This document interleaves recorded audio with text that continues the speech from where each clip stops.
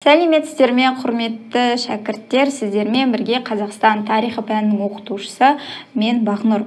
Және де біз бүгін түркі әлемін ислам мәдениетімен қауыштырған ең бірінші тарихта болып ортағасырлық мемлекеттердің ішінен ислам дінін мемлекеттік дін ретінде қабылдаған Қарахан мемлекеті туралы айтатын боламыз. Қарахан мемлекетінің басшысы Сатуқ Бұғырхан негізін қалаушы және де 915-955 жылдары жалпы тарихи сахнада бізге белгілі тұлға. Қарахан мемлекеті басқа түркі мемлекеттері сияқты тайпалардан тұрды. Олардың ішіндегі беделділері және де ірі тайпалар олар яғма және де жікіл болды. 999 жылы Қарахан мемлекетінің тарихында ерекше жыл болды. Себебі сол кезде саманилермен болған соғыста Самани мемлекетін, Самани әулетін жеңіп, өзінің мемлекеттілігін сақтап қалды дейміз.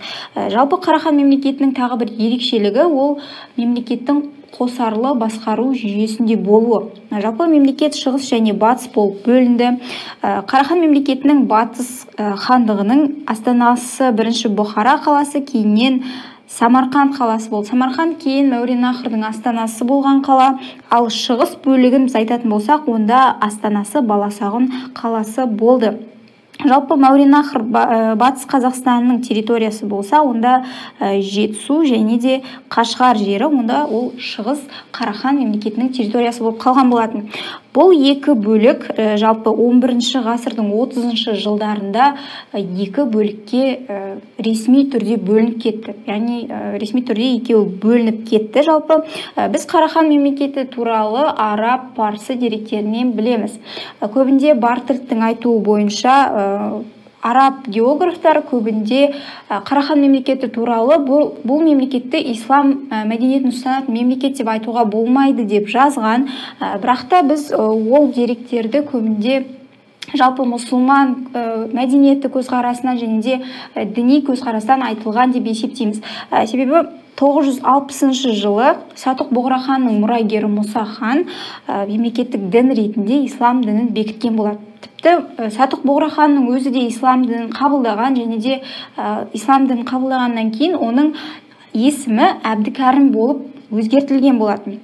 Жалпы мұсылман дінін мемлекеттік дін ретінде қабылдаудың көп себептері де болды. Жалпы мұсылман мемлекеттерін сол жалпы Орта Азияда мекендеген мұсылман мемлекеттерімен жақсы қарым-қатынаста болу, сонымен қатар көп мұсылман тайпаларын, мұсылман дінін ұстанған тайпаларды өзіне қосып алу, біріктіру мақсатында болды. Жалпы араб халифаты осы кезде күшейіп тұрды. Ислам дінін таратты көп жерлерге, олар территориясын созды, тіпті Испанияға дейін барған болатын. Жалпы осы кезде мұсылман мемлекеттерімен сауда-саттықта өте жақсы дамыды. Мемлекеттің ыдырауы не себептен болды? Біз тағы да картаны ашайық. Жалпы Қидан деген тайпалар болды. Олар 1140 жылы осы Қарахандарға қарсы соғыс ашқан болатын. Бірақ осыған дейін де олардың көтерілістері болып тұрды. Қидан тайпаларын ығыстырған ол Қытайлар, яғни солтүстік Қытайдан ығыстырылған қидандар келіп өзіне жаңа территория іздейді. Ол Жетісу жеріне келеді олар және де осы Қарахан мемлекетін соғыс ашып және де оған салық төлеткізген болатын. Бұл мемлекетті әрине әлсіретті және де бұл Қарақытайлар кейіннен жалпы бір ғана себеп ретінде болады. 1208 жылы Шыңғыс хан өзіне көршілес жатқан мемлекеттерге, яғни көбінде тайпаларға шабуыл жасап, оларды да ығыстыра бастаған болатын. Сол кезде Қазақстан территориясына кімдер келді? Ол наймандар. Наймандар 1210 жылы шығыс Қарахан мемлекетін, ал 1212 жылы батыс Қарахан мемлекетін жаулап алған болатын. Осымен біз Қарахан мемлекетінің қысқаша тарихын айтып өттік. Жалпы Қарахан мемлекеті туралы айтылатын деректер осы дейміз.